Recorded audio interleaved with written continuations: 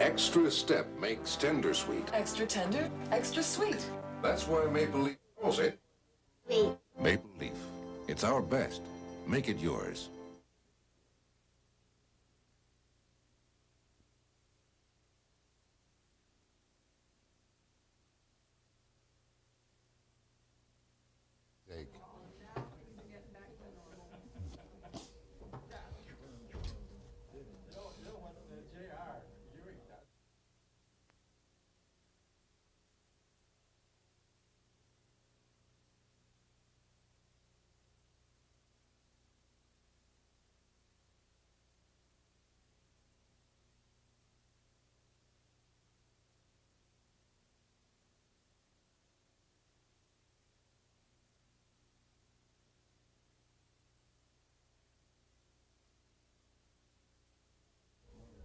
Quiet, please. Quiet.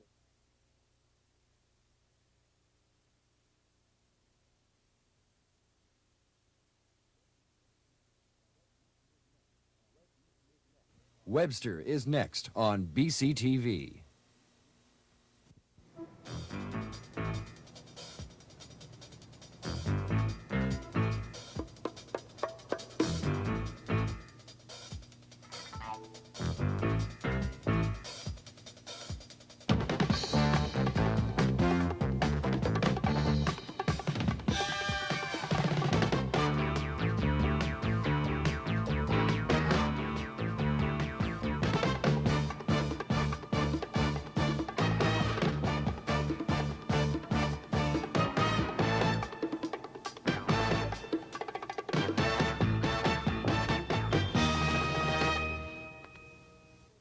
Good morning. It's a good day for me today because there are lots of provocative stories cooking.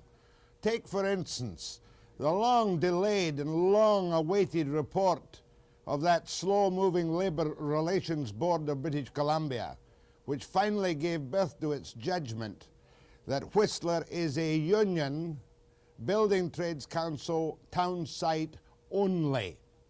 And that means that all the somewhat worried and frightened non-union contractors and self-builders up at Whistler are up against a stone wall come January the 1st. And I can predict, not with any great joy in my heart, that there's going to be all kinds of complications and troubles for Whistler as of January the 1st. And I can't help but have a little snicker at the meeting of the school board last night, attended by the 5 COPE elected members. First thing they did, must annoy the right-wingers beyond belief. The dear old COPE, whose opinions are well known, have authorized a paid day of strike for the teachers to go to Victoria on Thursday, those who wish. It's not a strike for educational conditions or for the little dears in the classroom. It's a strike to be better off than anybody else and to get their fully indexed pensions. And dear old COPE has said, please take the day off. Do your political protest. We'll pay you your wages for your day's leave of absence. The only little kicker is that the BC Teachers Federation, got as much money as Macmillan Bloedel. They're going to pay the cost of substitute teachers who show up to babysit those who are on strike for their pensions in Victoria tomorrow. God bless them all. And the other thing, I want to give Rafe Mayer a little bit of notice. Rafe, as you know, is our evocative, provocative Minister of Health. Spends $1.5 billion a year. And he's one of the few cabinet ministers, whether you like him or whether you don't, who speaks up quite bluntly.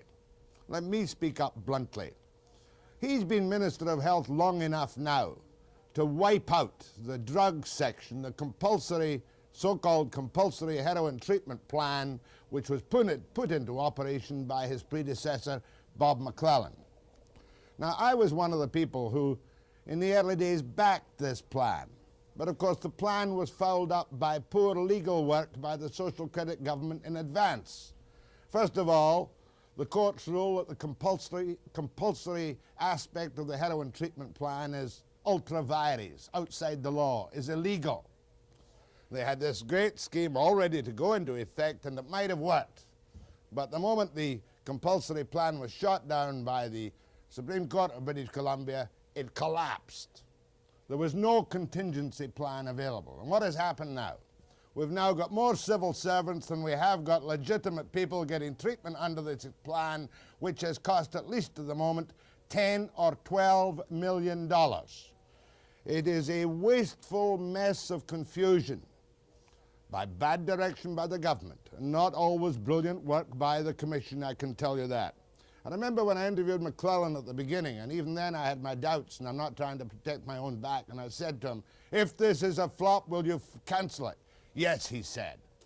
Well, I hope that Mr. Mayor has guts enough to cancel the drug, the compulsory heroin aspects, I don't mean compulsory, the heroin treatment aspects of the Alcohol and Drug Commission very shortly, because in my view, it is now a total boondoggle and waste of money. I could give you all kinds of facts and figures on it, but for instance, in British Columbia now, we've got a huge provincial coordinating centre complete with computers in Broadway. We've another 2 stories of fancy offices for the Alcohol and Drug Commission a little further along Broadway. We've a big centre at 307 West Broadway. We have clinics in Vancouver. And then we've got, in all, 5 area coordinating centres. Can I remember them? Prince George, Kelowna, Nanaimo, Vancouver, and Victoria. And very little is being done in the way of treatment of legitimate addicts. What's happened is that they've turned into cases of trying to treat polydrug users. And we've got consultants and nutritionists and EST and TM and weight loss clinics and more civil servants than people using the service. For instance, over at Brannan Lake. Remember Brannan Lake? 100-odd staff and about 35 people who go there for occasional holidays, because there's no way to keep them there to treat them. And in any case, no treatment has been developed in effect. At one time, I believe, in the whole system, there were only 17 legitimate narcotic addicts getting treatment, other than the standby people in methadone, of course. They have allowed the staff to climb down from about 500 to 250 or 300, but there is no accountability in the system whatsoever. We've still got 3 commission members, provincial coordinators, directors of treatment, the ACCs throughout the province, the clinics, and I am reliably informed it is wandering in a maze of confusion. As I said at first, I liked it. The whole thing is now top-heavy with high-paid civil servants.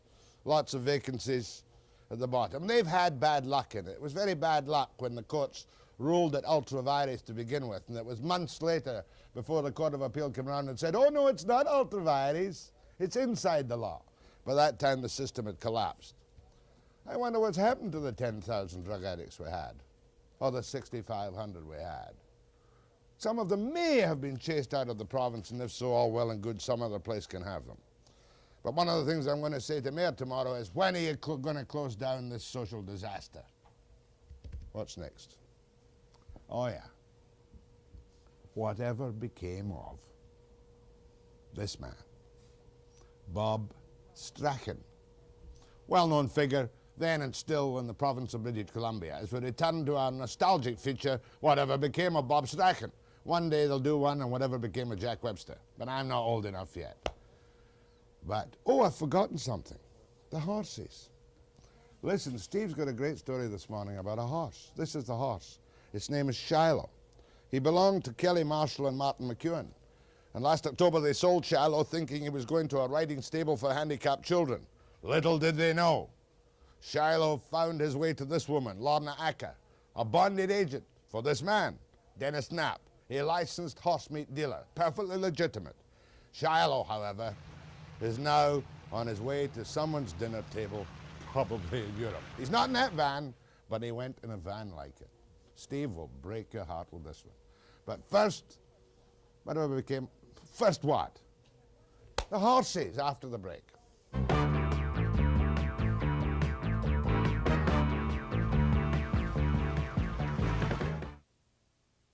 Dennis would call. Maybe you could just to lead off into this by saying something like a story led into generally in this province or something like that. Okay, so what, 10 seconds? 10 seconds. Yeah, that's fine, Fred. Thanks.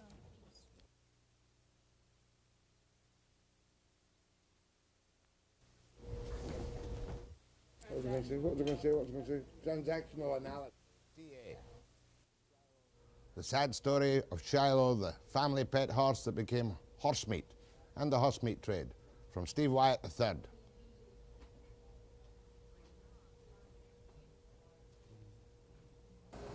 Jack, this story is best started at its conclusion. This is horse meat for human consumption. It tastes like beef, but it costs half as much, and it's considerably lower in cholesterol. For those reasons, horse meat is becoming more and more popular. But there is mounting suspicion over where these slaughter horses are coming from. In the Thompson Valley, there have been several instances of theft. And in the lower mainland, horse owners who sell their animals to what they think will be a good home are discovering that their favorite pets are finding their way to slaughterhouses in Washington and Alberta. The Gatepost is one Fraser Valley publication that has been printing warnings to its readers for several months, according to editor Melvin McLean. Few horses are safe, and even foals are being slaughtered for countries where foal veal is an expensive delicacy. Horses and ponies are crammed into trucks and cattle trailers. Sometimes the weak, sickly, thin ones get down and are trampled. As long as they arrive breathing, it's okay. Cruelty means nothing to these people. Selling your faithful pony or horse to a good home often turns out to be these butchers. Kelly and Marshall McEwen live on an acre of land in Surrey. Besides the pony, they owned a 15-year-old draft horse. The larger horse, called Shilo, was sold to Lynn Melnichenko, who, according to Kelly and Martin, claimed she was representing the Medical Services Association of BC. She said Shilo was to be sent to a riding stable for the handicapped. Kelly, you had another horse besides this one, which you decided to sell because you were moving. What was your first step? We placed an ad in the buy and sell, and the ad stated his approximate age, his health condition, and that meat dealers need not apply. You specified that in the ad. It was the last words in the ad, because we didn't want him to go for meat because he was in perfect health. Now, who came around to buy it?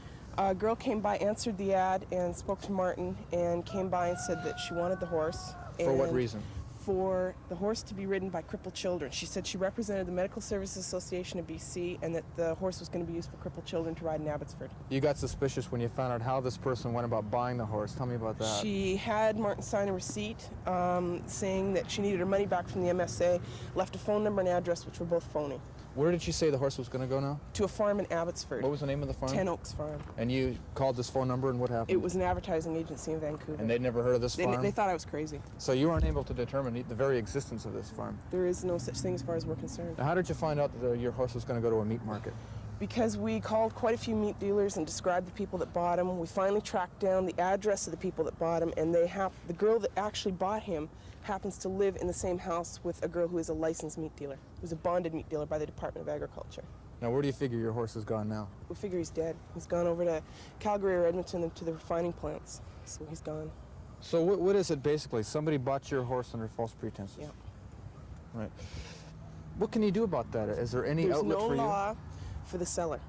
There's all kinds of laws to protect the buyer on the merchandise they're buying, but the seller has no protection. There is none. Did you challenge this person who bought your horse? We tried everything. We've talked to the Department of Agriculture, the RCMP, the SPCA, everybody, and everybody says there's nothing you can do. Once the horse is in their possession with a signed receipt for money paid, they can do whatever they want with it. You got $350 for Shilo, that's the name of Yeah. the horse.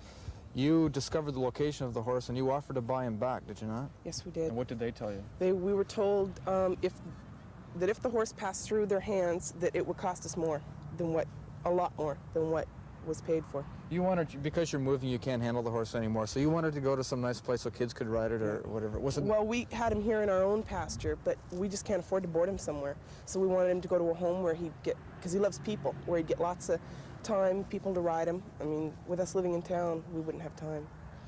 You should have double-checked first. Oh, yeah, definitely. You know, we should have gone to the farm in Abbotsford and seen where he was going to be before we let them take him. That's what you would tell most people in this valley who... Oh, sure, it was such a sob story, we just went for it, hook, line, and sinker. Mm-hmm. You sold this horse we sold her, but we know exactly where she's going, exactly that she's going to get fantastic care, and she's got a little 4-year-old girl that's really looking forward to riding her. And you're sure of that this time? Yeah. This holding pen in Langley is notorious around here for being a holding pen for that meat market in Edmonton. In fact, the truck drivers come here directly and do their pickups. Jean Turgeon, for one, sold her horse on September 27th. She came down and saw the truck ready to pick up her horse.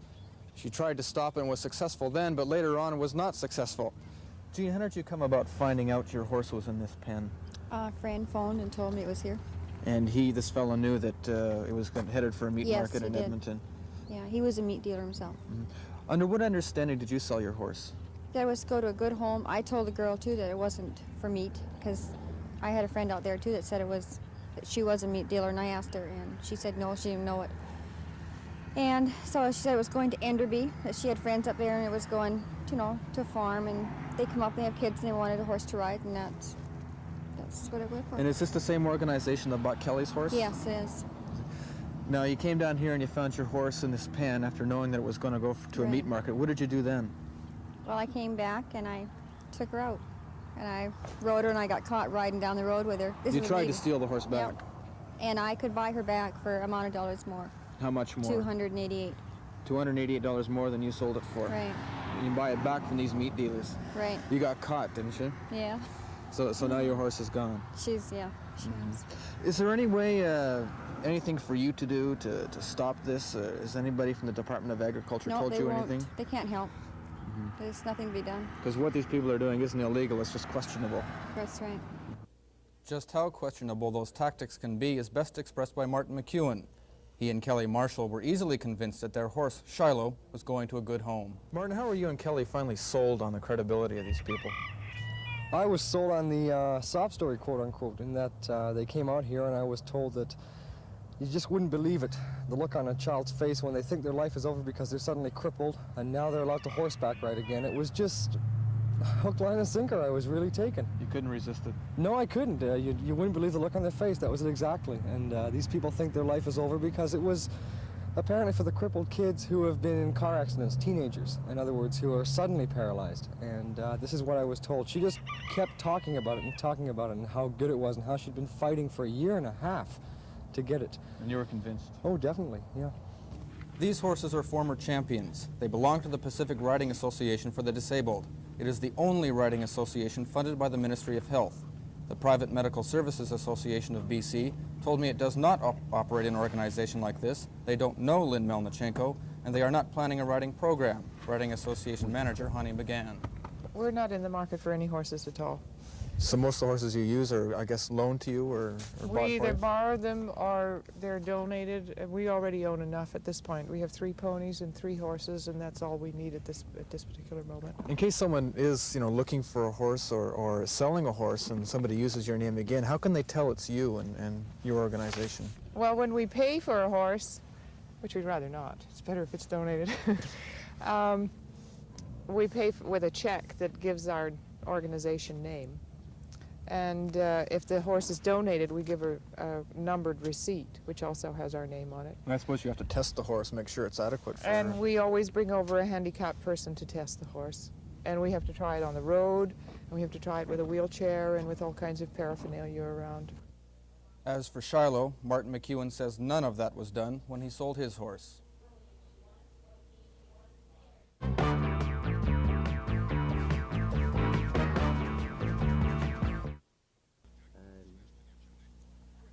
We found Lynn Melnichenko and Lorna Acker in this Langley house. Lynn purchased Shilo from Martin McEwen on October 28th. Lorna Acker is a licensed agent for a horse meat dealer in Cache Creek. We tried to talk with Lynn Melnichenko about Shilo. Hi, is Lynn Melnichenko here? Yeah, she is. She's like, can we speak to her for a second? My name's Steve Wyatt. I'm with the Jack Webster program at BCTV. Jack Webster program? Yeah, at BCTV. What's happening? We'd like to talk to Lynn about a horse named Shilo, bought on October 28th from Martin McEwen. She apparently purchased this horse. Mm-hmm. We want to find out what happened to it. There's a suspicion on the part of the former owner that it's gone to a meat market in Edmonton. A lame horse, old, it's way back. We haven't seen the horse. The horse is about 14 years old, 1,600 pounds. A trough horse. I think you better go back and talk to Martin, get your story straight. I mean, We have Martin with us now, and he's we've already got his story, and he sold the horse to Lynn on October 28th for $350. They were told it was to be sent to a place called Ten Oaks Farm in Abbotsford. We understand that farm doesn't exist. goodbye. Can you tell us what happened with the horse? Are you familiar with the horse? What's your name? Goodbye. Later, Lynn Melnichenko again refused to talk on camera for fear of losing a job unrelated to the meat trade. The next day, however, Lorna Acker did agree to talk with us. With her was her boss, Dennis Knapp. He is the meat dealer from Cache Creek. He was in the lower mainland to pick up more horses bound for the slaughterhouse in Edmonton. Another meat dealer, Rob Webb, was there as well. He deals with a slaughterhouse in Washington State. Lorna Acker confirmed that Shilo did end up in the hands of a meat dealer. Lorna, you're a bonded agent for Dennis Knapp in the Fraser Valley, is that right? Yes, that's right. Now, how do you get your horses? Most of them. I'm starting now to buy horses out of sales. Generally speaking, I've bought the odd saddle horse here and there, you know, around the country, sure. Now, if you saw an ad in a buy and sell said no meat dealers need apply, would you buy that horse? Sure would. For the purpose of meat? I don't buy any horse for the purpose of meat. Personally, I like horses, and I like to see them go as saddle horses. Let's talk about Shilo for a minute. Owned by Martin McEwen, sold to your friend Lynn Melanchenko. Now, she said to him that horse was going to go to a riding stable. Do you know that's true? Lynn bought the horse, I think, on the purpose of using the horse for a saddle horse, yeah. And how did you come to own it? Well, she climbed on the horse, and I guess he bucked her off pretty thoroughly, and the horse came up lame. And so she got in contact with me right away. And did you buy the horse from Lynn? Yes, I did. And what happened to it then? He was killed. Because he was lame? Because he was lame. He was an old swayback horse. He had a lot of age on, probably between 16 and 20. An older horse like that's pretty hard to fit him in a saddle, and he had a really good scar on one of his front legs. I'm not just sure which one it was, but... So Shilo did then end up in the hands of a meat dealer? Yes, he did. And was he used for meat? He probably was, sure. Where was he shot? Did you shoot him personally? Or? No, I didn't. No. so you turned him over to Dennis Knapp, your boss? Yes, I did. Mm. So it was sent up to Cache Creek then, and it isn't a meat dealer? But I would think so, yeah. Was that the intention to begin with? You're pretty close friends with Lynn. No, that was not the intention on that particular horse. She wanted the horse for a saddle horse. She figured she could use him herself, and then she was going to resell the horse later. Do you know? To whoever wanted a good, quiet old saddle horse. Because she claimed it was going to go for handicapped kids to ride on. That was a line she sold. That could very well have been. Could very well have been. But the horse, he was an older horse. He was sway back, and he was sore. After we rode him for a while, she found him to be quite sore. So as far as you're concerned, once you buy a horse, it's your property. You do what you want with it, basically. Well, basically, it's like buying a car or anything else. You know, if I sell you a car and somebody drives up with one just like it right beside it, and I say it's the one and the only, well, it's your car. Ethically speaking, you know how people get attached to their pets. I certainly do. I'm like that myself. And selling it for horse meat, isn't that? Well, there's a lot of horses in this lower Fraser Valley and throughout BC that it's quite necessary. You'll see ads in papers every so often about a free horse, and more than likely if you phone it up, the horse is free because he's crippled, he's got navicular, or he's got ring bone, or he's got something drastically wrong with him that he'll never come back to health.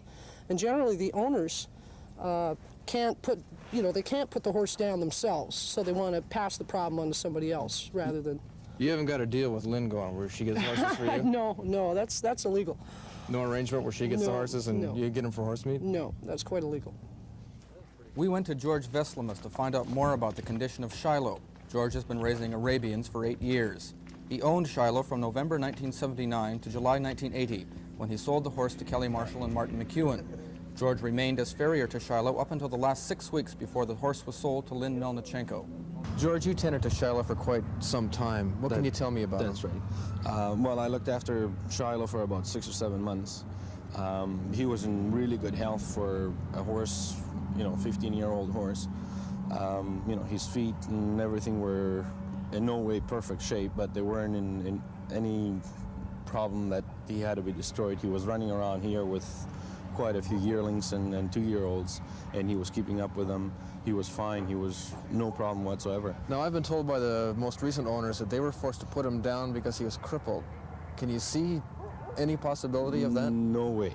I can't see that. The horse would have to be worked, something like 20 hours a day in order to maybe develop a real bad lameness. But even that, he wouldn't have to be destroyed because his injury where he had it, it wasn't a case of destroying him because of it. This was an old injury, though, wasn't it? That's right. It was a very old injury that he had. And he lived with that for some time. That's right. He lived with it it looked like he lived with it for most of his life with it. So as far as you're concerned, Shilo was in pretty good shape? He was in perfect shape, actually. He didn't look his age. You look at him down the pasture and you feel that, he's maybe a 6 or 8 year old horse, but no older than that. And you saw him and tended to his feet within 6 to 8 weeks before he was sold? That's right. That's right. That's right. I trimmed his feet, and they were in good shape. They were in really good shape. Both Dennis Knapp and Rob Webb have been in the horse meat trade for several years. They both hold government licenses. They are subject to strict regulation, although they admit more regulation is needed. That, they say, might help quell the mounting public criticism of their trade. Rob, how long have you been in the horse meat business? Oh, 8 or 9 years, I guess. How big a business is it? Oh, it's pretty big now. Where do you get the horses? Well, everywhere, auction sales, private individuals. There's been a lot of argument lately that these horses are transported unfairly. They're abused inside in the trailers until they get to Edmonton or Washington or wherever. Mm-hmm. Is that happening? Well, you can see yourself, the trailers and everything are as good as anybody else's. But what's stopping you from abusing these horses? Well, we lose money if we do. The horse is bruised up, they downgrade the horse, and you know, they just dock us if the horse is all banged up. So it's in your best interest to take care of them, feed them before you go? Well, yeah, we buy most horses by the pound. And if we buy them by the pound at say 950 pounds as a number one, and we don't feed it for 2 weeks and it gets down to 900 and goes number two, well, we lose a considerable amount of money. You deal in Washington mainly, is that right? Yes. A lot of restrictions crossing the border. Yeah. Mm-hmm. Yeah, they've got to be vet inspected and everything before we cross the border, and they're vet inspected by the U.S. federal vet at the border, which they're unloaded there, you know, at the same time. Dennis, there's been also some argument that stolen horses are ending up in these meat markets. Well, it can happen, of course. We buy horses off of whoever produces us a clean bill of sale that we think it is anyway, and if the horse happens to be hot, stolen or whatever, without having a brand on it, it's pretty hard to determine. How do you get your horses? Are they advertised, or? I have an ad running in the newspaper, in all these newspapers in probably BC, and such as wanted, unwanted horses, people that don't want their horse anymore because of feed reasons or kids grew out of the horse, whatever the situation is. And also I advertise for meat horses too. You do advertise as a meat dealer? Oh, yes, yes. And also saddle horses too. Yeah. Pick up a newspaper and you see an ad for a horse, horse for sale for riding. Would you buy that horse? Sure would, yeah. If the horse suited me and if the horse was the right kind. And use it for meat? Not necessarily, depends on the horse, you know. If the horse is a young horse, well broke or not broke, sound. Would you buy a horse and use it for meat if it was expressly stated in the ad, no meat dealers need apply? I probably would, yeah. Because, I mean, once I buy a horse, it's my horse, isn't it? There's a moral thing going on here. You know how people attach themselves to their pets. A horse is another one. If somebody said, listen, I don't want this to go to a meat dealer, I want some kids to ride it. I would probably do that and buy it and try to do that, and if I couldn't get the job done, if the, you know, because a lot of people say, well, here's a good kid's horse, and in their eyes it is, but in my eyes it isn't, you know, so I would... Business is business. You got to deal with what you buy, you got to get the best dollar out of it, simply. Right. Is a good buck in horse meat? Well, I make a living out of it, you know. How long have you been in the business? 10 years. You deal with Edmonton? Yeah. The restrictions aren't as strong here as they are in the States for Rob. No, they're not. Well, unless I go down across the line and buy horses and come this way, then I've got the same problem as Robbie has. What about this stolen horse business? What would you like to see changed in order to protect yourself from horse thieves? I would like to see a compulsory deal where you have to brand all horses, and then there's identification mark on them, you know. I mean, sometimes it's ugly. I don't know, there's a horse in here that's got a brand on it, you know. It don't look too good, you know. But hey, it stops people from stealing them. And if they do steal them, well, we got identification, you know. I mean, a bay horse with no brand, like that one horse, which is in this trailer over here, it's got no brand. I mean, there's maybe 100,000 bay horses, bay geldings. 30 head a week you send to Edmonton? Yeah, about 30 head. Hey. Well, they don't necessarily have to be branded either. They could be tattooed in the ear or something so it wasn't so ugly. Mm-hmm. You know, I mean, they tattoo thoroughbred horses on the lip, and they tattoo some registered horses on the ear. Once the horse is tattooed, they're, you know, proof of ownership. They can't change it. Together, Dennis Knapp and Rob Webb ship 50 horses a week out of this province for horse meat. Most of it goes to Europe or Japan. They are part of a growing business. Sellers who would rather stay out of that business should investigate potential buyers if they would rather their animals stay off European dinner tables.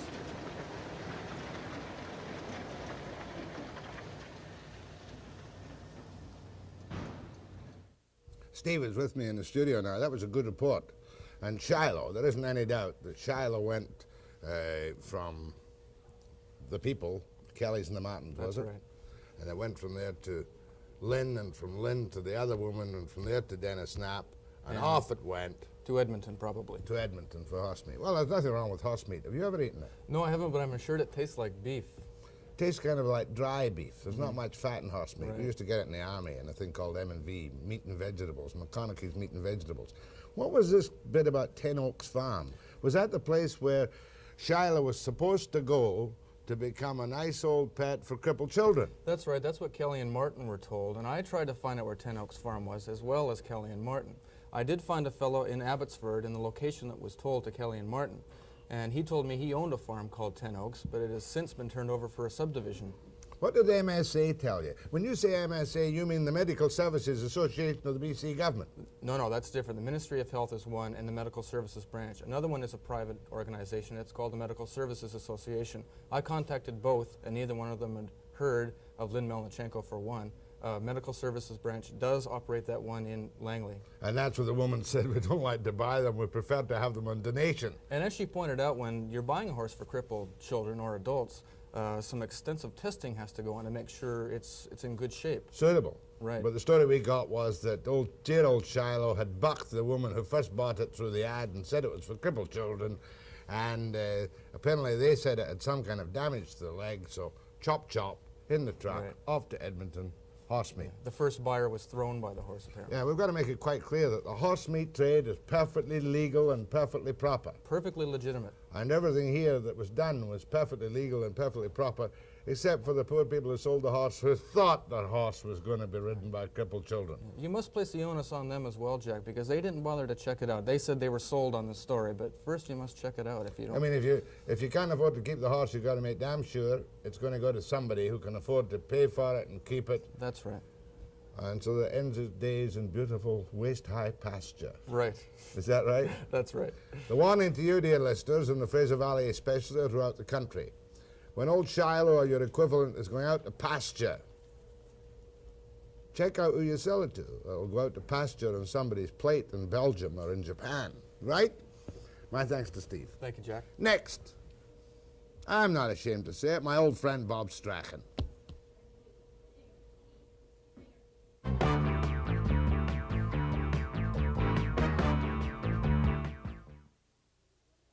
I first met Bob Strachan when he was running a hardware store somewhere in Vancouver shortly after the war. Am I correct, Mr. Strachan? That's right, Jack. That'd be about 1948, just after you get off the boat from Scotland. Not that long after you got off the boat from Scotland. I got off the boat from Scotland in 1931, when You you were did? still in short pants delivering milk. And you were not long out of short pants, having been delivering milk. That's right, that's right. This is your life, Bob Strachan. What took you into politics? Well, a good many things. One, an interest in what was happening in the country and the determination and a desire to participate fully in our democratic system. That's a classic textbook politician's answer. A desire to participate fully in the Well, democratic... maybe I'm a classic textbook politician. You were, I don't know. you were looking for power and glory. Probably, some.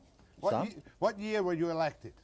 I first ran in 49 in the federal election, and then I was elected provincially in 1952. For? The old CCF. For Cowichan and Newcastle, it was in those days. When did you become leader of the NDP? It was the CCF, 1956. Was that the CCF? Yes, we didn't change until 1961. And you sat in the House suffering the tortures of the damned under old W.A.C. Bennett for how long? His full 20 years as Premier. And, Yeah. I have the scars to prove it. 20 years. From 1956, 52. To 72. I sat in the opposition. 13 of those years as leader of the opposition. From 1956? To 69. Who succeeded you as leader? Tom Berger briefly, and then Dave Barrett. And then Dave Barrett. Yeah. How many ministries did you hold during your political life? First I was Minister of Highways, and then I became a minister to set up the new Department of Transportation and Communications, with the responsibility all of this time of putting together ICBC. Well do I remember. People's Insurance. Well do I remember the famous quote when you made the first big settlement with the union on the ferries. You were also in charge of the ferries. In which you said... You can't remember. You remember what you said. Yes. I remember it. I want to get it precisely. I said they put a gun to my head. That's what I said. And you settled against your better judgment. I would say so, yes. But we had the Chambers of Commerce and others on Vancouver Island screaming their heads off. They just panic immediately. They thought there's going to be a 10-cent tourist piece lost anyway, you see. And as Minister of the Ferries, Minister of Yes, Transportation and yes. Communications, weren't you the guy who built up the fleet? Yes, I was the one who developed the design. I didn't develop design, but I ordered the new ships, the Queen of Cowichan, the Queen of Coquitlam, and the Queen of Port Alberni. Mind you, when you go on the ferries nowadays, they have little brochures that say they didn't come along until 1976 to give social credit praise for these ferries. Does that annoy you? Well, just a little, because when during the development of the designs and the ordering of those ferries, I got nothing but criticism and condemnation from the social credit opposition at that time. They said they were no good, they wouldn't work, they were terrible, they were inefficient, they were everything. And now they've ordered how many more? I think they've ordered 2 more. You and I had a terrible row. At about 3 times the price. We only had one bitter. We had many a political row in which Yeah. I've been chasing you around the desk and vice versa. But I can't really recall if the row we had wasn't about the ferries, it wasn't about the Stella Danica, it was about ICBC. It was about ICBC. You came out with a report on, this was about the second month of operation of ICBC, and you said you had a report that said ICBC was going to lose, I think, $10 million. Nothing, and nowadays that's nothing. But Nowadays those that's days- nothing. But anyway, I said, now, what's the name of that report? And you couldn't tell me because someone had smuggled out 1 sheet of a month of the report, because naturally we were very concerned about what was going to happen to ICBC. We didn't know. So every couple of weeks they'd put everything through the computer, and if this happens, then this will happen, if something else happens. It was far too early to tell. Far be it from me to correct you much. But you didn't have the report, and you couldn't even tell me what it said in front of the report. You had 1 sheet that someone smuggled out. Now, isn't that right? No, it's Isn't not that correct. right? That's not correct. What, 2 sheets? No, I'll tell you precisely. I now remember. I had 1 or 2 sheets of the smuggled, leaked document. That's right. I knew I could tell that. And what you wanted from me was the number on the front of it so you could trace it and find out who had leaked it to me. No, I had it. No, I never asked you for the number in front of it. I want you to tell me the name of the report. It gives me a good idea to ask her. Well, no, let's finish This Is Your Life first. 1969, you stepped down as leader of the Yes, NDP. yes. What did you were then sitting as a backbencher? Sitting as a backbencher, yes. Until 72. Until 72. And in 72 you retired. No. 72 I was elected. We were at the year we formed the government. Oh, of course. 75 you retired. Yeah, by the spring of 75 I realized that I'd been in there for more than 20 years and I felt I should move on to something else. So I told Dave Barrett I wasn't going to run again. And that was when he offered me the job in London as Agent General for the province of British Columbia. Yes. And I went to London for 2 years, from 1975 to 1977. I would like to have stayed longer, but the government had changed in the meantime. And what was your address in London, Mr. Strachan? Number 1 Regent Street, BC House. And you and Anne, your delightful wife, were tenants of one of the most delightful apartments in the whole world. It was very nice. We could. You were up there. You were up on the roof garden, the little patio there, and you could see Big Ben and St. Paul's Cathedral. St. Paul's. No, you couldn't see St. Paul's. You could see Westminster Abbey and the Mall and James's Street, St. James's Park, and you could the other way that there was Piccadilly Circus. Tell me the truth, Bob.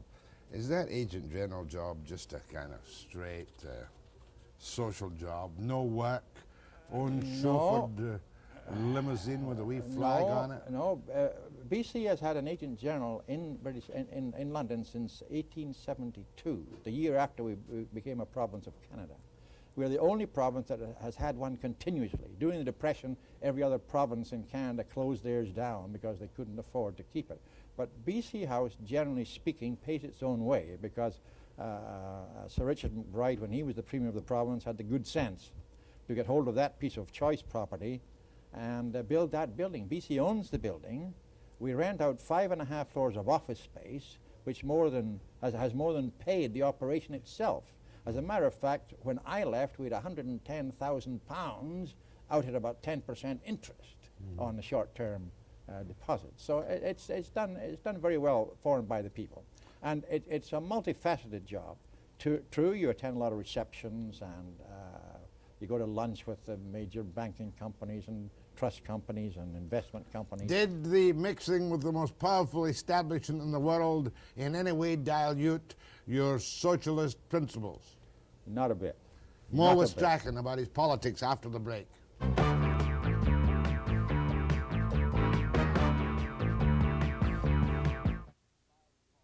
There might be some aspiring politicians, hopefully, watching Bob Strachan, one of British Columbia's most respected and experienced retired politicians. That's right. Is that correct? That's right. And they're influenced by people like me, perhaps. And I am so dreadfully cynical about the political process, I sometimes am sure I do more harm than good. Would you say that it's the media that's to blame for the lack of the encouragement of dedicated people to go into the political life of our country? Well, I think it's part to blame, Jack. I think naturally as news providers, it has to be exciting, and scandal makes better news than good behavior. And you tend to emphasize that because that's what you consider making news. What about a young man today? Why did you become politically conscious? I'll answer if you want. Why did you become politically conscious as a young man in Scotland? Well, I think it was a reflection of our background environment and the times that were around us in Scotland at the time. They were political times. You mean it was patent social injustice? Oh, absolutely, absolutely. And the more you looked around you, the more you could see it, you see. And when I came out to Canada, I went to work in plants and in mines and mills and woods and everything else, and you could see the fact that the safety conditions, for one thing. One of the first elected jobs I ever had was on a safety committee in a plant, you see. And we got practically nowhere with the company. Then I became interested. I became a director of the first credit union in British Columbia in 1939, which introduced me to the economic picture. I became active in trade unions, and then it was looking after both of those that I realized that the real power was in politics. That's where the decisions were made, whether people took an interest in politics or didn't. People were sitting in Victoria and in Ottawa making decisions that affected us. So therefore you naturally went to the left? Naturally, yes. Describe your politics. Mind you, before I did, Jack, I examined all of them, and I came to the conclusion that the CCF was the closest to what I felt should be. You weren't that, Cam. You and I were brought up in environmental climates where there was a boss class, a middle class, and a working class. Yes. And if we were lucky, we were on the upper edge of the working class in that we had employment in the family. Your father was a Hegian. You see, your father was a Hegian. A gaffer. He was a gaffer, a Hegian. And he was... Naturally, one gravitated towards the left. Oh, sure. Well, if coming from Glasgow, they were either a darn Tory or a darn socialist, one or the other. One or the other. Have you been disappointed in the development of democratic socialism in this country? Look, great victory, sure, in Manitoba, one time, Saskatchewan, British Columbia, and all the rest of it. Yes. Why is there no effective presence, or has there been no effective presence of the New Democratic Party in Ottawa? I'm talking about why is there not a strong national party with many members? Well, I can't explain that, Jack. Certainly, in my opinion, there should be, and certainly, in my opinion, many of the problems we now face cannot be corrected unless there is a democratic socialist government in Canada. Is there any difference between the Liberals and the Tories from your point of view? No significant difference. No significant difference. Now, in recent years, especially since the Liberals got no seats west of Manitoba, they're making a bit of a deathbed repentance, and they're now moving to the sort of policies that are required before we can get Canada on a good economic footing. Bob Strachan, retired former leader of the NDP, says, jolly good show, Liberals moving left. Slowly, reluctantly, and not fast enough. In what way are they really moving left? Because in the recent budget they've done nothing, as Monique Bejan told me the other day, to help the underprivileged of the country. Well, first of all, you have to look at the present economic situation. The fact that 20 or 25 years ago, the CCF and the NDP were talking about the dangers of foreign ownership of Canadian industry. This was also reflected a little later by James Coyne when he was the chairman of the Bank of Canada. Tory. And the Tories fired James Coyne because he was warning that government and the people of Canada that foreign ownership had reached the point where it was becoming a negative force. And with the result that so much of the Canadian industry is now foreign owned, we look at the foreign money coming in, but we don't look at the outflow. And the fact is that we haven't had a balanced situation in that in the last 9 years. Now, only once. What do I care if the Americans own 95%? Let me finish. There you We go have a again. $5 billion deficit last year in our balance because of that. And there's a $5 billion deficit. That's a debt that can be taken out of our monetary system, out of our supply. It means that a number of goods can be produced in this country, but they don't belong to Canada. It's a hemorrhage that's destroying our ability to maintain a good economy in Canada. And the Liberals are now moving reluctantly to get back some of that 72% of the oil industry that is foreign-owned. Well, I'm not anti-American, I'm pro-Canadian, that's all. You're pointing to the provisions in the budget whereby Petrocan and other crown corporations will be used through an ownership tax to buy back some of the Canadian ownership in the oil industry. It's imperative if we're going to wipe out this continuing balance deficit. How would you like to see it done? Come on. Where's the old socialist? Do it as rapidly as possible. How? You can do it any way you like, but get it back.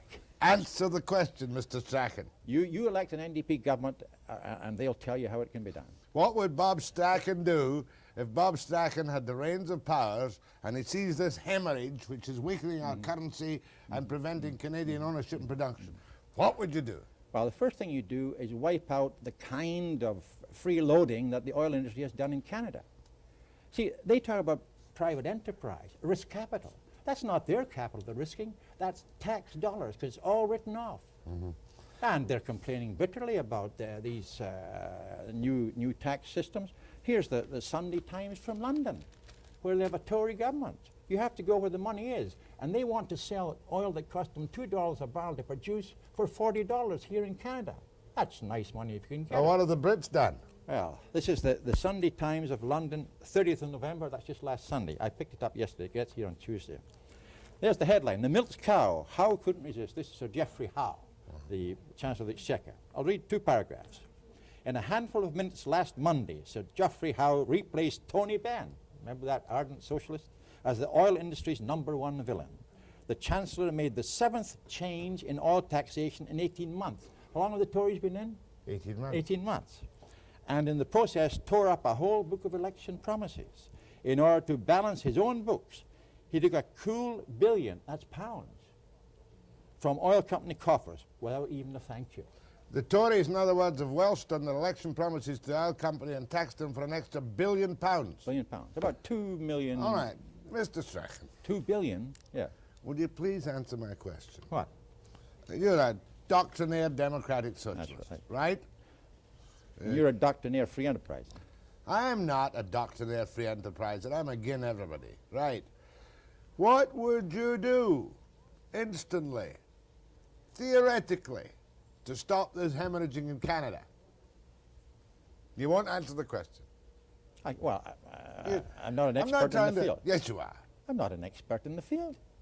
But certainly, I've told you we would, Dave Barrett said it, no, Broadbent said it the other day. We can't stop it where we've gone now. We've got to get that control back into Canadian hands. We shouldn't just do it with Petrocan. There's all these major companies. All right, I'll ask you the getting away with question. murder. We've got to get them into public hands. You know I'm deliberately pushing you. I know you are. The other thing, Jack, because we haven't done this sort of thing, because of the foreign ownership, those are the reasons we now have the 83-cent dollar and the 17% interest. Should we nationalize the oil companies in one fell swoop? Yes. After the break. Yes.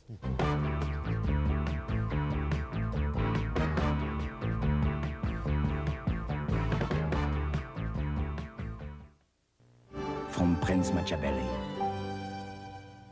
Scotty, a big story's breaking itself. All right, Chief. Christmas specials at unbelievable prices. All right, Chief. I want front page photos. All right, Chief. Get shots of their men's robes. The velour is gorgeous. Maxi or regular lengths, just $40. And the tops are velour, too. Get close-ups of those different collar styles. Just $19.97. Terrific shots, Scotty. What's this? You on Santa's lap? Right, Chief. Zeller's low prices are making headlines this Christmas. Hello, this is Maureen speaking. My brother Lou for the Ford Fair just Are south of you Guilford gonna tell Shopping him? Center in Surrey. You I am going to tell him. You Okay. know, folks, I was just reading the newspaper. Your program, I saw a car yes. dealer with an ad in the paper saying that he would sell you a brand new car. I'd rather ask you about the Queen of Surrey, Bob Strachan. This is your life. Whatever happened to Bob Strachan?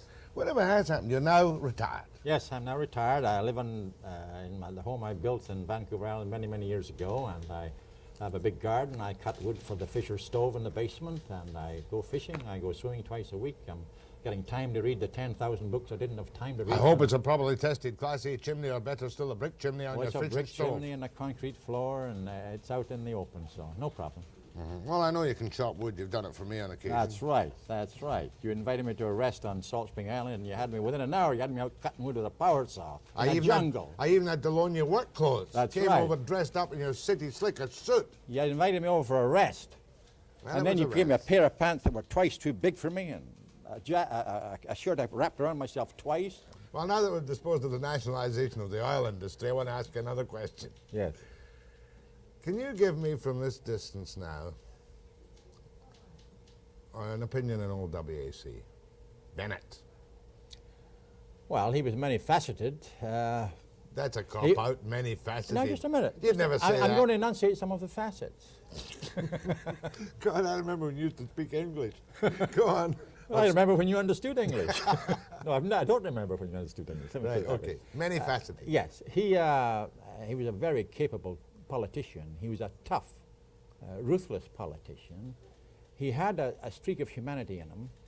He had a streak of populism in him. But he wasn't easy to live with, I can tell you that. There were times when he and I had difficulty getting along together, when he wouldn't return a phone call when I wanted some information, that sort of thing.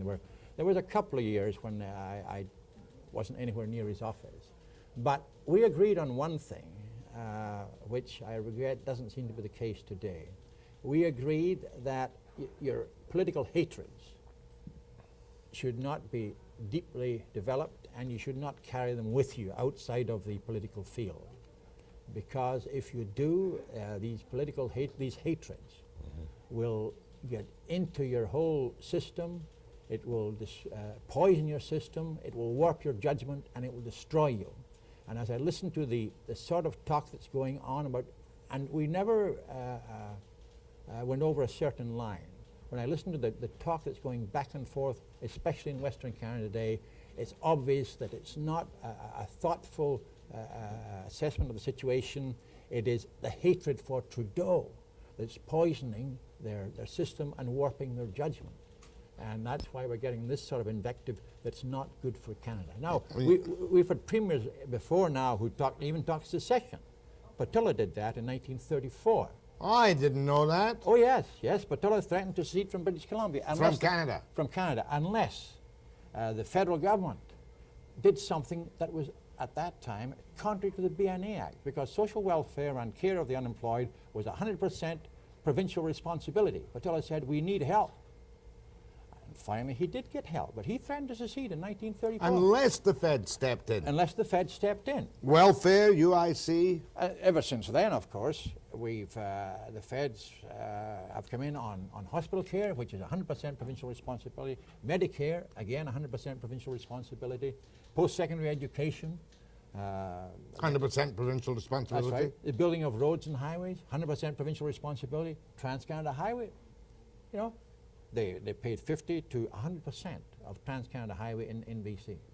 And at that time, we had a provincial premier who took down the Trans-Canada Highway signs. This was another aspect of Bennett's, WAC. He took down the Trans-Canada Highway signs and put BC1 signs. In essence, he took BC out of Canada. He took the money, but he wouldn't give them credit. That's right.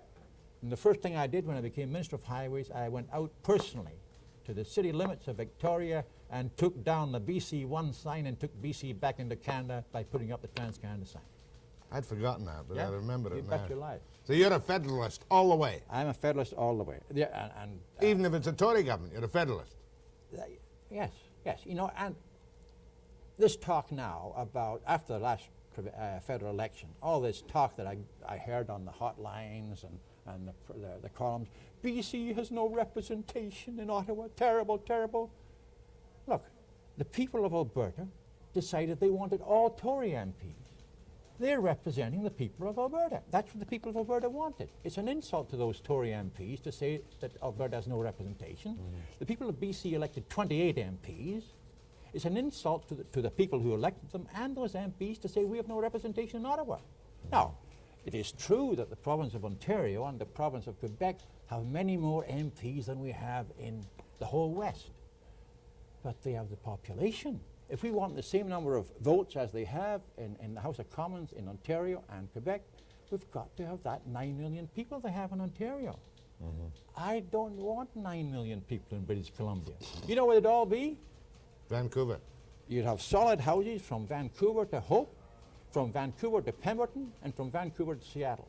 We might not be able to avoid that. You can't stop it, but I certainly, I'm prepared to put up with some suffering in order to try and keep British Columbia from having all that. Now, let's look at Alberta. I don't know who feels sorry for Alberta. I listen to the kind of language that Mr. Lougheed is using. In this province, we have a 41% provincial income tax. In Alberta, they have a 26% provincial income tax. I think it's 41. Yeah, you're right. And Alberta, it's at 26%. Here we're having problem finding the money to give to our municipalities. There the municipalities get massive grants. He wiped out the debts of the municipalities. That's right. That's right. They have the lowest gas tax in Canada. They have no sales tax. No. They have a $7.5 billion surplus. Heritage Fund. Now that's tough. That's tough. And I bet the people of Nova Scotia, New Brunswick, Prince Edward Island, Newfoundland, Manitoba, Saskatchewan, and BC wish we had it as tough. Bob Strachan, whatever became of him? Well, he's still active. He's not mellow. That's what Bruce Hutchison said, that he was mellow and had lost his anger. I haven't lost my anger. It's a controlled anger, and I know more words. After the break.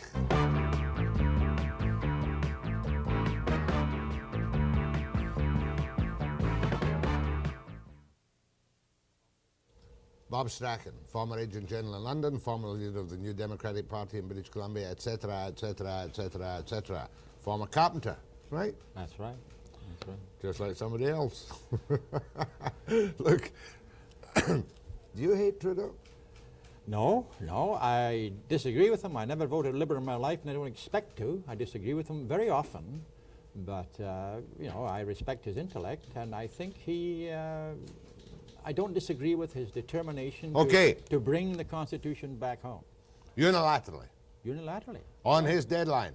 Yes, not necessarily on his deadline, but I don't think, you see, as he says, and I agree with him, we're discussing it for 53 years, you'll never get the provinces to agree on how they should do it, what they should do. Somebody else will want to change a word or something else, and we'll go on for another 53 years, and I don't think there's any argument now about bringing it back. Now, we get into the matter of what should be included in it. And to say that we don't want the government of Britain to change the Constitution,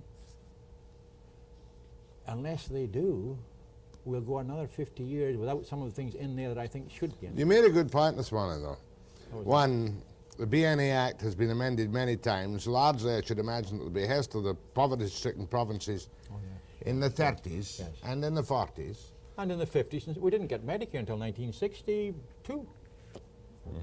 And the Diefenbaker regime. Do you think the provincial potentates of all complexion really want a decentralized government but are not willing to give up their help from Ottawa? I think, generally speaking, they're still, you know, despite all the complaints, we have the Premier of this province. He wants to build a monument down here and around BC Place or something. And I forget how many $100 million he wants from Ottawa. He wants a stadium and he wants something else all the time. He's making announcements saying, and we hope Ottawa will give $100 million here. And they complain about the federal deficit, but they keep demanding more money from Ottawa. This is the inconsistency. It's always been the case, from the Coliseum out at the PNE, through the stadium, through BC Place. We'll do this, but we want the feds through Transpo. That's right. Duke Point, you name it. You name it. And I'm on the sidelines. I'm not politically active. I go to the odd meeting. But I don't see how we can continually demand more money from Ottawa unless we're prepared to give Ottawa the source of those funds and let them develop programs that will make Canada master in its own house. What about this talk of Western separatism? Do you think that's Carl Nicholl and the boys, and this fella Christie and Stan Bennett? As far as I'm concerned, Carl Nicholl and those others are doing the same as the oil companies in Britain who are screaming in the same way. They've had it so good, Jack. And as I say, they don't want their windfall profits touched. They're happy. They've had their own way using tax monies and tax depletion allowances of our natural resources. They want paid for it. So in other words, it's hysteria on behalf of the American oil companies, putting it at its bluntest and most brutal. The international oil companies have always been, what word will I use, a factor, and as far as I'm concerned, a bad factor in our society. According to the Brookings Institute, in 1974, OPEC was about to collapse because of an oversupply. The multinational oil companies cut back their production because they liked the high prices. And therefore, and that sustained OPEC in its determination through that very rough period until they got their machine in order. Yeah, I sometimes forget that the $40 a barrel OPEC prices are what gave them the power and what increased the fantastic profits and they of the oil companies they over prevented here. OPEC from collapsing in 1974. I suppose so. Yes, you betcha. In 1920, in the United States, the oil companies decided they wanted a bigger price for gas. They created an artificial, and this is from the New York Times of, I think, October the 12th last year. They created an artificial shortage. There were lineups at the gas stations in 1920. It was settled when they doubled the price of gasoline. It was ever thus, was it not? Ever thus, ever thus. Well, are you happy with the? Were you happy with the performance of Barrett's government? Oh, I know what I was going to ask you. Some places yes, some places no. I take your name in vain every now and again, and I say that you paid $17 million for the Stella Danica, which became the Queen of Surrey. Yes. Which was a bit of a disaster. It wasn't. Compounded by the messing around by social credit, switching day ferries for night ferries and night ferries for day ferries and rebuilding this and that. And I say, and now you can hit me if you wish, that it's been on sale and they can't even get $8 million for the ship you paid $17 million for. First of all, I didn't pay $17 million for it. I paid $14 million. And it was the only ship that would meet the Canadian safety at sea requirements in the whole world that was available. The federal government decided they wanted to charge $3 million sales tax, which we had to pay to get it in. They promised that we'd get it back. We never did. That was Ron Basford, as I recollect it. He's got a big pension there. Yes, anyway. And Indexed. but had I not, I had ordered the new ships, the new ferries, but I was told they could not be ready for 1975. Had we not bought the Stena Danica, we would have had 7 to 9 hour waits between Horseshoe Bay and Departure Bay. And then I intended to use it, because it was a deep sea ship, I intended to use it on a new northern run, leaving Vancouver and going right up to Stewart, stopping at Kitimat, Powell River, Bella, you know, all those places, which it's quite suited for. That was my intention. Okay, let you off the hook on that. Are you in favor of fully indexed pensions for civil servants only? I'm in favor of fully indexed pensions for everybody in Canada. Why couldn't you have said no to my question? I'll ask it again. Are you in favor of fully indexed pensions for civil servants only? No. Well, how do the others get them out of a tight, crafty, capitalist system? Well, no, I really doubt the ability of this system to meet the needs of today's society. I don't think they can provide it now. They have, I think is it 6 months or 3 months or something to come up with a system. From Monique Bejan. Yes, that's right. And I don't think they can do it. But we certainly can't leave any section of the community with a pension that's inadequate, because we're going to have to keep them anyway. We keep everybody in. That's right. We can't, so that rather than say just the public servants or MLAs or MPs. Trick question for laughs. Would you ban social workers from taking part in political life? Don't answer the question. That's my. You're being snide. I'm being snide. But As I usual. hate social work. Well, you know, you shouldn't hate anybody. Well, I say hate in my. Now, be careful how you use that word. I distrust social workers in public life. I tend to distrust lawyers in public life. I hate to see real estate men in city councils. And I'm not that keen seeing union men on the Labour board. And I distrust big business running the country. Yeah, you got a point there. They're even more inefficient sometimes. I'd like to take some phone calls. Okay, sure. To Bob Strachan. So I'm going to give you a break if you just stop flapping your arms, Freddie, after the break.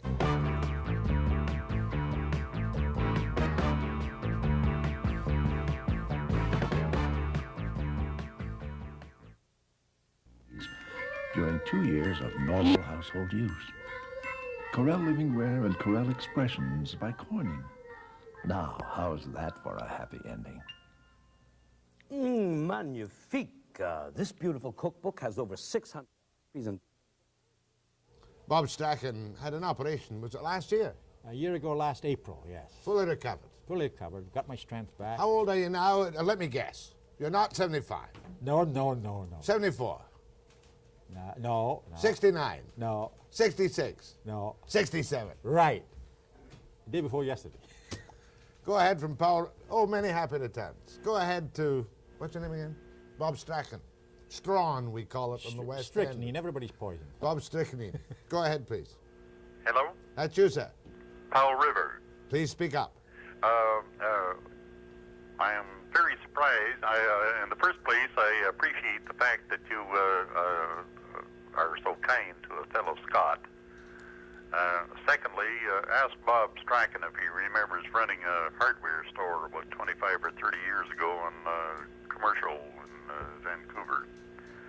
And I am very surprised that he accepted a sinecure in London rather than staying and fighting the good fight in British Columbia.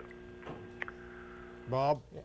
Well, yes, I remember running the hardware store on the corner of 10th and Commercial. As a matter of fact, Jack mentioned at the beginning of the program.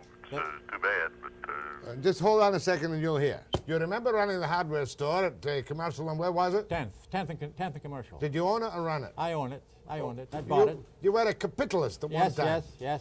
Were you a success or a failure as a capitalist? I was a success. Well, a modest success. And then he asked you a nasty question. Why did I give up the good fight? Well, I had 40 years of running for elected office of one kind or another, and I felt I had done my bit, and I felt that I owed, quite frankly, I felt I owed my wife some compensation, a little of my time when I still had some time left. Go ahead from Williams Lake. Oh, hello, Bob. This is your old friend, Bachita, calling. I Oh, just want to Bachita, say so how that. to you, and glad to see you on the TV. Yes. Where's that call from? Williams Lake. From Williams Lake. Your old friend. Yes, Bachita Sahoda. Right. Yes, very good. Oh, just say hello to Ann when you go back. I will, Bachita. Okay, thanks. Very Bye good. now. Thank you very much. That's Bachita Sahoda from Williams Lake. Yes, we used to be in Lake Cowichan. He worked on the green chain in Lake Cowichan, and I remember then he started a furniture store, and he was the top Philco salesman in all of Canada, and he got a Cadillac. He's done very well. Bachita Sahoda. Yes. Go ahead, please. Hello there. Hello? That's you, sir. Speak up.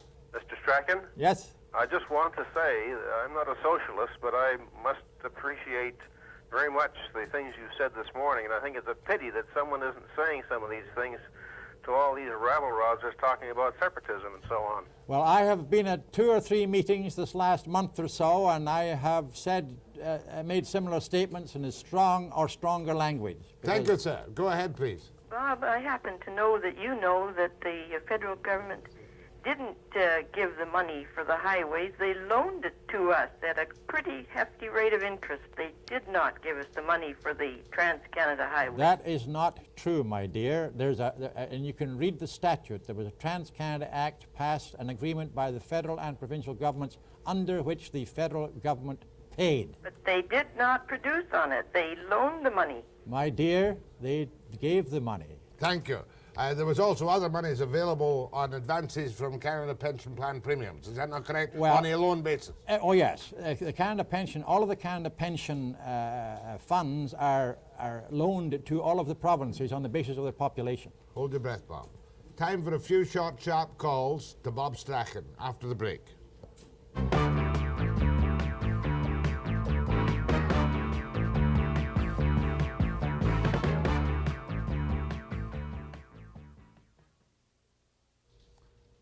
Yes, no, I'll take this call first.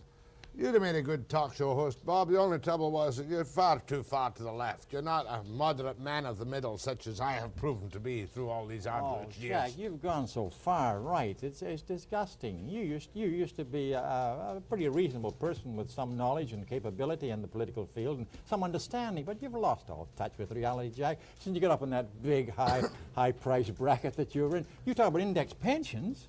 My goodness gracious me, with your income. I'm not. My snout There's isn't nobody in the worth the public amount of trough. money you're getting. Nonsense.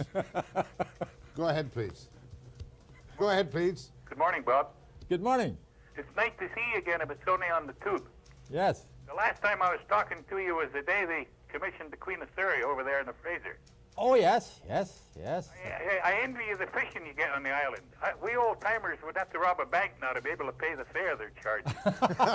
Thank you very much. Go ahead, please. Yeah, two short points.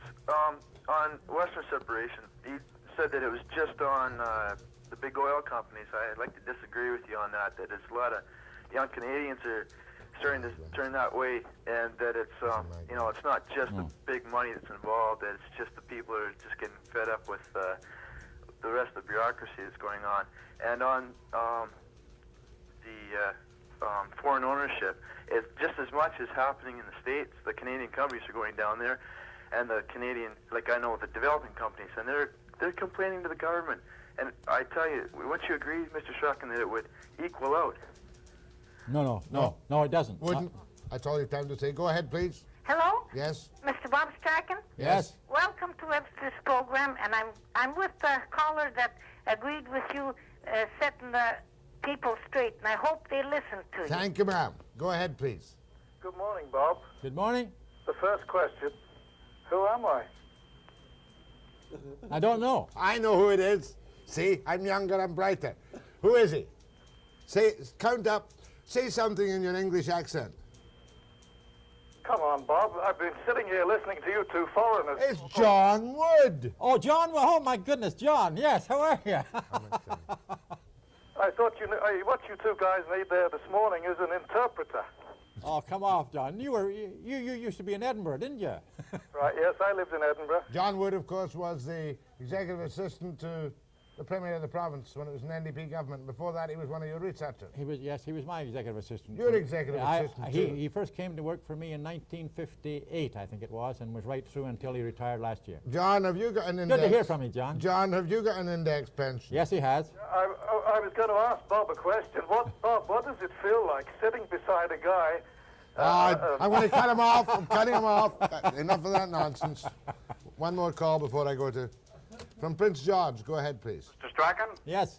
Could you tell me how much federal money was supplied for the purchase of the original ferry system to Vancouver Island? $8 million. The original ferry system? Hold on, please. I have a piece of business I must do. Don't answer the question. On camera now, you see another old friend of mine and a very old friend of Bob's. It's his wife, Anne, and they've been married 43 years ago last March. Good morning, Anne. Give me a little smile and a little wave. That's just nice. Nice to have you here, Anne.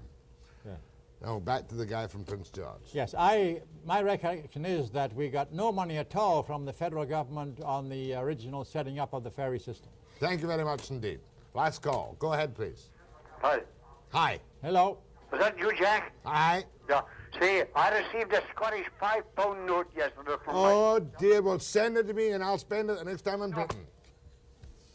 Bob Strachan, this has not been your life. It's been a very enjoyable chatty whatever happened to Bob Strachan. And you can see from himself and from Anne that he's well, healthy, happy, satisfied with a good career behind him and lots ahead of him yet. And I'll be back after the break.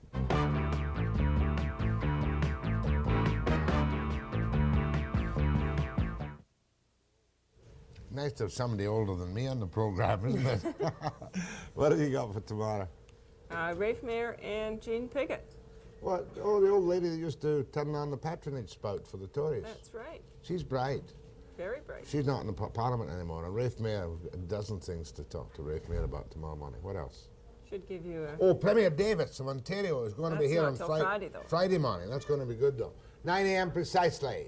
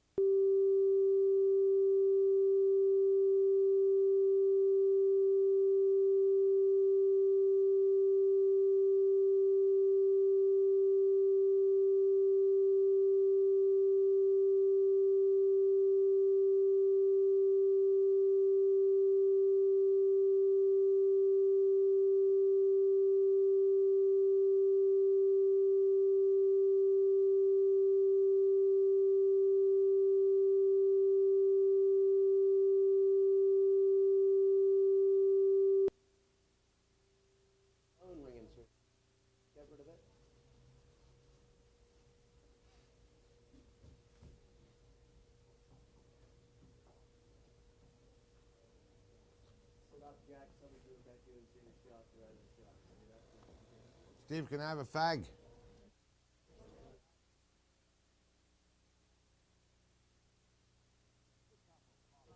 Whatever did become of Bob Strachan?